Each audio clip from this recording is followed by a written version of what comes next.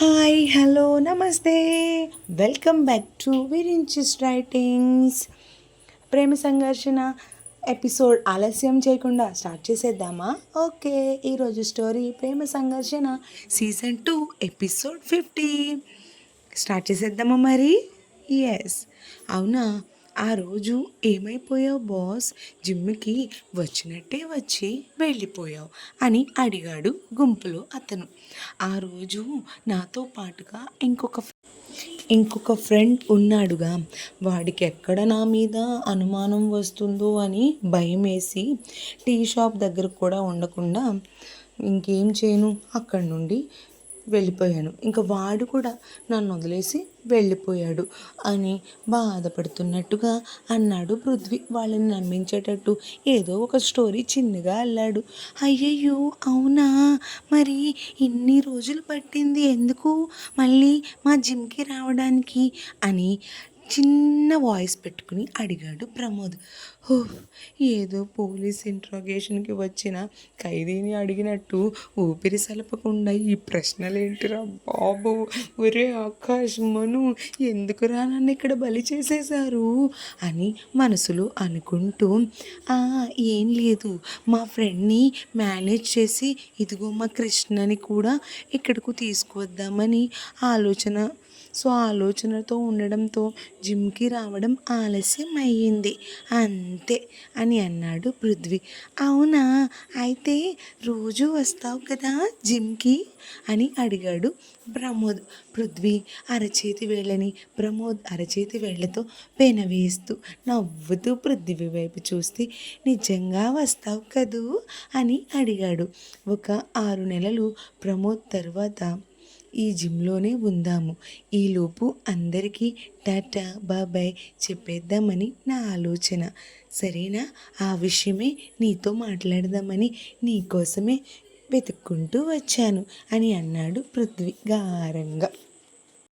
ఏంటి, నువ్వు చెప్తుంది నిజమేనా? అవునా అని ఆనందంగా అడిగాడు ప్రమోద్. అయ్యో నమ్మమా? అవును అని చెప్పాడు పృథ్వీ. ఆ మాటకి ప్రమోద్ పృథ్వీని గట్టిగా హగ్ చేసుకుని కాసేపటి వరకు అలానే ఉండిపోయాడు. పాపం ఇక్కడ మన పృథ్వీ అటు అతనికి నువ్వని చెప్పలేడు, ఎలాగని ఆ కంపరాన్ని భరిస్తూ పాపం పృథ్వీ మనసులో ఇదేం ప్రేమరా బాబోయ్, ధృతరాష్ట్రుడి కోగిలిలో ఉంది నీ ప్రేమ, మండిపోను. చిచ్చి, ఇంట్లో నా పెళ్ళం ఉందిరా, దానికి ఇవన్నీ తెలిస్తే అయిపోతాను నేను. అయినా ఏం ప్రేమరా బాబు, నీ ప్రేమ మండిపోను, ఒంట్లో ఎముకలన్నీ నుజ్జు అయిపోయేలా ఉన్నాయిరా బాబో, అయ్యా నన్ను వదలరా బాబు అని అనుకున్నాడు పాపం పృథ్వీ. కానీ చేసేదేమీ లేక అలానే ఉండిపోయాడు. ప్రమోద్ అని కొంతసేపటికి ధైర్యం తెచ్చుకుని, ప్రమోద్, నాకు ఈ జిమ్ అంతా చూడాలని ఉంది, చూపించవా అని అడిగాడు అరవింద్ పృథ్వీని హగ్ చేసుకున్న ప్రమోద్ని డైవర్ట్ చేయడానికి. నాకు అరవింద్కి కొంచెం మీ జిమ్ చూపించవా అని అడిగారు. అలా పృథ్వీ అరవింద్ వాళ్ళని మాటల్లో పెట్టగా ప్రమోద్ పృథ్వీని వదిలిపెట్టకుండా అంటి పెట్టుకుని పృథ్వీకి అరవింద్కి వాళ్ళ జిమ్ అంతా చూపిస్తూ ఉంటే అరవింద్ తనకి కావలసిన దానికోసం జిమ్ అంతా ఒక కంట కనిపెడుతూనే ఉన్నాడు. జిమ్ని చూపిస్తూ ప్రమోద్ పృథ్వీ చెయ్యి పట్టుకుని ఆపి, నీ ఫ్రెండ్కి మా ఫ్రెండ్స్ చూపిస్తానులే, మనం అక్కడ కూర్చొని ఏకాంతంగా మాట్లాడుకుందాం పద అని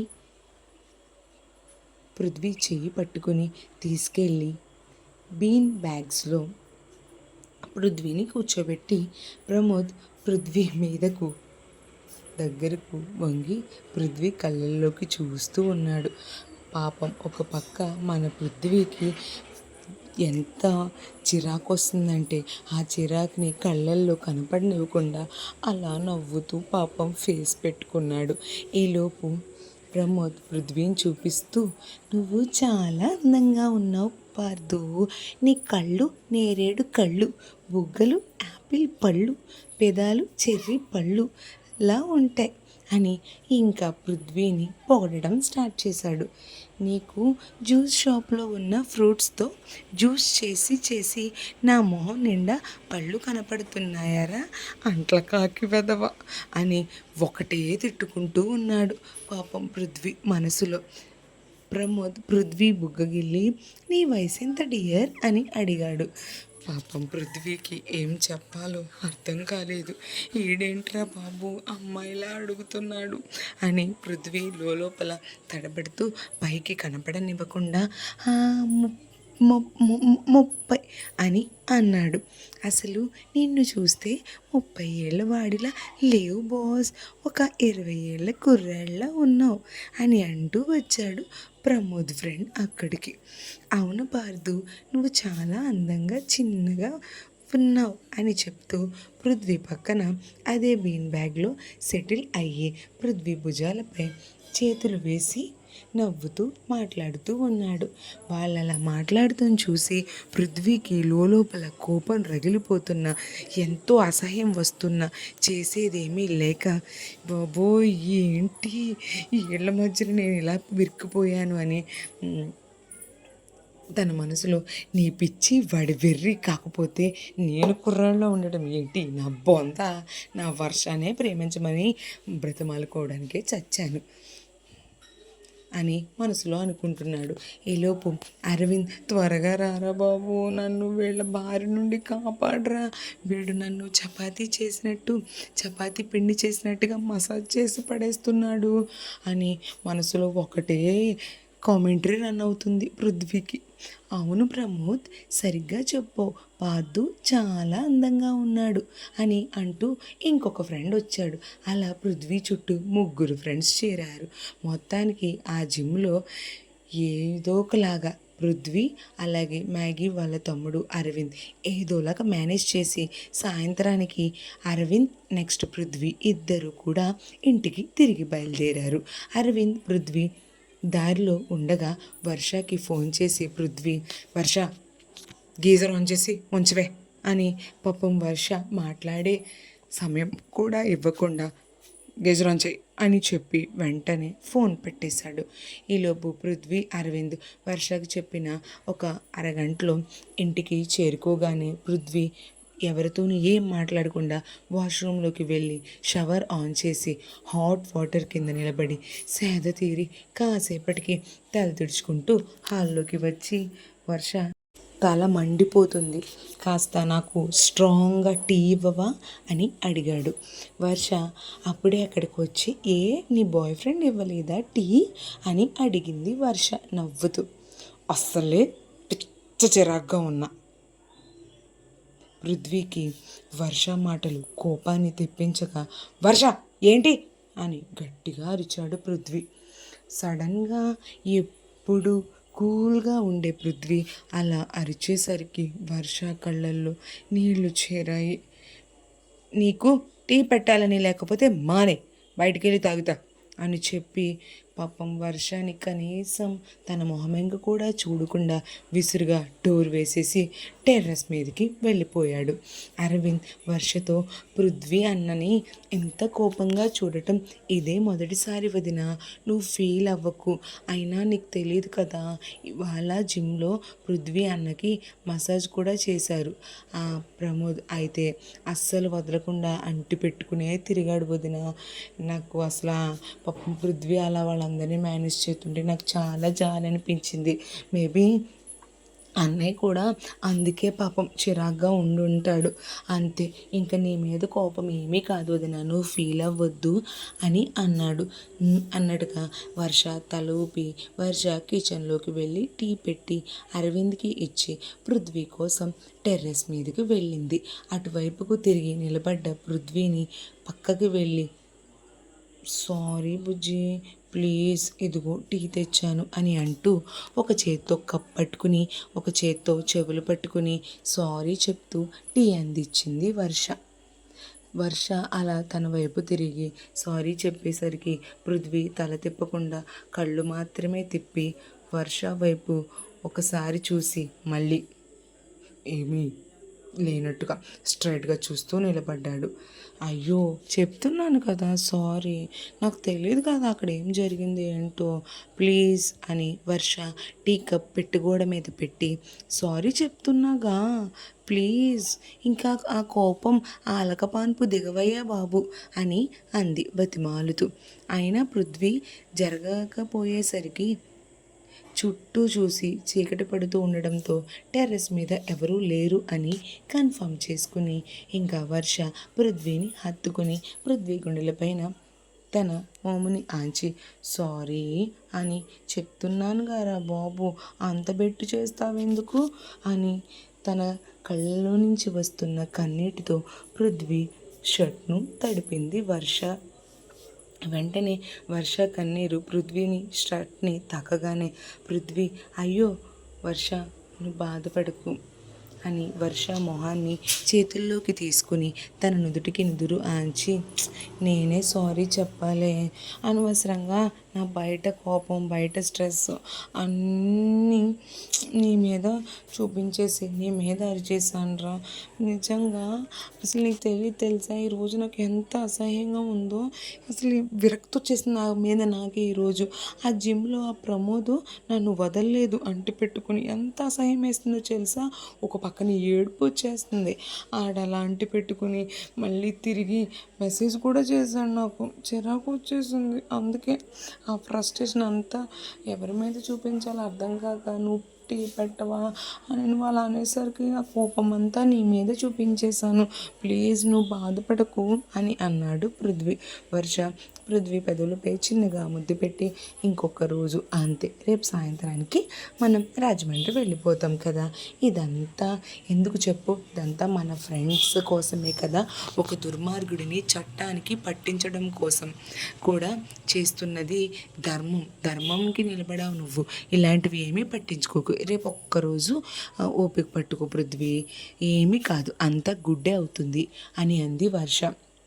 అవును వర్ష, నువ్వు చెప్పింది నిజం అని ఆ సంజయ్ గారు చాలా తెలివిగా జిమ్లో అని అంటూ ఉండగా ఈలోపు పృథ్వీ ఫోన్ మోగేసరికి వర్షను వదలకుండా ఒక చేత్తో హక్ చేసుకుని ఇంకో చేత్తో పాకెట్లో నుండి ఫోన్ తీసి శశి వాళ్ళ నాన్నగారు ఫోన్ చేస్తున్నారు, ఒకసారి ఉండు వర్ష, అయినా ఈ టైంలో ఫోన్ చేస్తున్నారేంటి అంకుల్ అని ఏంటబ్బా అని అనుకుంటూనే ఫోన్ లిఫ్ట్ చేసి హలో అంకుల్ చెప్పండి అని అన్నాడు పృథ్వీ.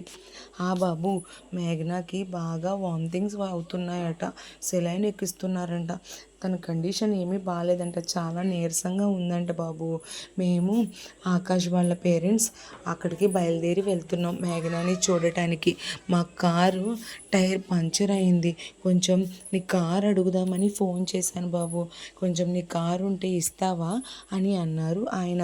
అయ్యయ్యో అవునా అంకుల్, దాందేముంది తీసుకువెళ్దురు కానీ, అయినా ఫస్ట్ ఇప్పుడు మ్యాగీకి ఎలా ఉంది, బాగానే ఉందా ఇప్పుడు అని అడిగాడు పృథ్వీ.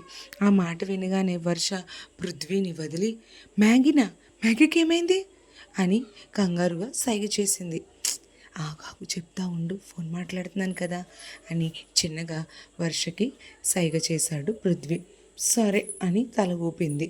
శశి వాళ్ళ నాన్నగారు పృథ్వీతో ఆ బాబు ఇప్పుడు కొంచెం వామిటింగ్ తగ్గాయట, బట్ తను మాత్రం చాలా నీరసంగా ఉందట బాబు, మీరు రేపు ఈవినింగ్ బయలుదేరతారంట కదా, నాకు ఇందాక శశి చెప్పింది, అదే ఈలోపు కొంచెం నీకు కారు ఇస్తే మేము వెళ్ళి ఒకసారి మ్యాగీని చూసి వస్తాం బాబు, పైగా ఇంకో ఇక్కడ ఇంట్లో వాళ్ళంతా కూడా కంగారు పడుతున్నారు మ్యాగీకి ఎలా ఉందో ఏంటో అని, అందుకే ఒకవేళ ఈ లోపు నీ కార్ ఇస్తే నేను మెకానిక్కి ఫోన్ చేసి చెప్పాను, అతను మా కార్ రిపేర్ చేసేస్తాడు, అప్పుడు నువ్వు మీ వైఫ్ మీరిద్దరూ కూడా నా కార్ వేసుకుని వచ్చేయండి రాజమండ్రి అని అన్నారు ఆయన. అయ్యో అంకుల్, దానిలో ఏముంది అంకుల్, పర్లేదు, మీరు నా కారు తీసుకుని వెళ్ళండి, ఇంటికి రండి అంకుల్, కీస్ ఇస్తాను అని చెప్పి, సరే అంకుల్ మీరు వచ్చేయండి కీస్ ఇస్తాను, నా కారు వేసుకుని వెళ్ళండి అని చెప్పి ఫోన్ పెట్టేశాడు పృథ్వీ.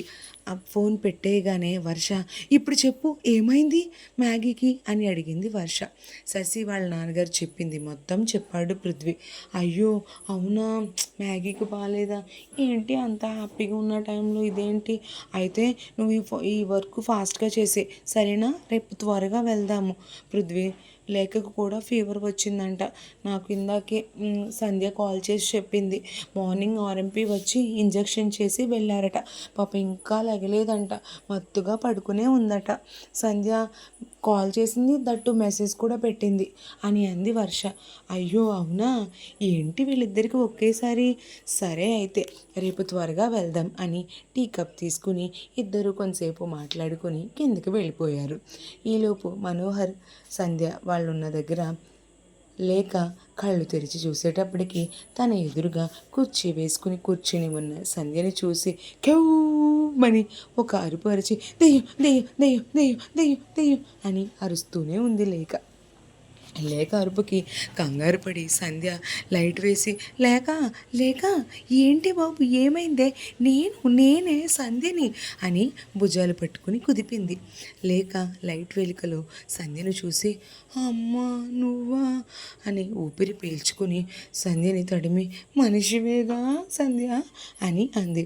ఏ పిచ్చిదానా ఏమైందే బాబు అలా అరుస్తున్నావు అని సంధ్య అనేలోపు ఈ లేక అరుపులకి ఇంట్లో అందరూ సంధ్య వాళ్ళ దగ్గరికి వచ్చి ఏమైందమ్మా ఏమైంది, దెయ్యం దెయ్యం ఏంటమ్మా అంత గట్టిగా అరిచిందేంటి లేక అని అడిగారు సంధ్య వాళ్ళ నాన్నగారు. లేక అని పళ్ళెకిలిస్తూ, అంటే చీకట్లో ఇది ఫోన్ చూస్తుంటే ఆ ఫోన్ వెలుగు దీని మొహం మీద పడికేసరికి దెయ్యంలా కనిపించింది అంకుల్, అందుకే భయం వేసి దెయ్యం దెయ్యం దెయ్యం అని అరిచా. తీరా ఈ అమ్మగారు లైట్ వేశాక అర్థమైంది ఇది సంధ్య అని అని అంది లేక. లేక చెప్పిన తీరుకి అందరూ నవ్వేశారు. సంధ్య మాత్రం గుర్రుగా చూస్తూ ఒసే నీ కంటికి నేను దెయ్యంలా కనపడ్డానా నేను అని అడిగింది. మరి కాకపోతే ఏంటే బాబు, అసలే భయంతో జ్వరంతో తెచ్చుకున్నా ఈ జ్వరం, పైగా ఎదురుగా చీకట్లో ఫోన్ చూసుకుంటే ఏమనుకుంటారే, దయ్యం అనుకోకపోతే ఇంకేమనుకుంటారు. అయినా నువ్వు ఇంతలా జ్వరంతో నేనుంటే ఎదురుగా చీకట్లో ఫోన్ చూసుకుంటూ దెయ్యంలా కాకుండా దివి నుండి వచ్చిన దేవతలా కనపడతావా ఏంటి అని లేక మను ఇద్దరు ఒకేసారి అన్నారు. అల్లరిగా సంధ్య ఇద్దరిని కోపంగా గుర్రుమని చూసింది. మరి ఈ గిల్లి కజ్జాల మధ్య వీరిద్దరి ప్రేమ ప్రయాణం ఎంతవరకు వెళ్తుందో తెలియాలి అంటే నెక్స్ట్ ఎపిసోడ్ వరకు వెయిట్ చేయాల్సిందే. మరి పృథ్వీ తను అనుకున్న లక్ష్యాన్ని చేరగలుగుతాడా, మీకేమనిపిస్తుందో కమెంట్ చేయండి ఫ్రెండ్స్. అలాగే నెక్స్ట్ మీకు ఎటువంటి టైప్ ఆఫ్ స్టోరీ కావాలో నాకు కమెంట్ చేయండి. మా ఛానల్ని లైక్ చేయండి, షేర్ చేయండి, సబ్స్క్రైబ్ చేయండి. మీ సపోర్ట్ ఎప్పుడూ మా ఛానల్ పైన ఇదే విధంగా ఉండాలని కోరుకుంటూ thank you so much for watching. Please support our channel. Thank you all. Thank you for watching. Keep loving.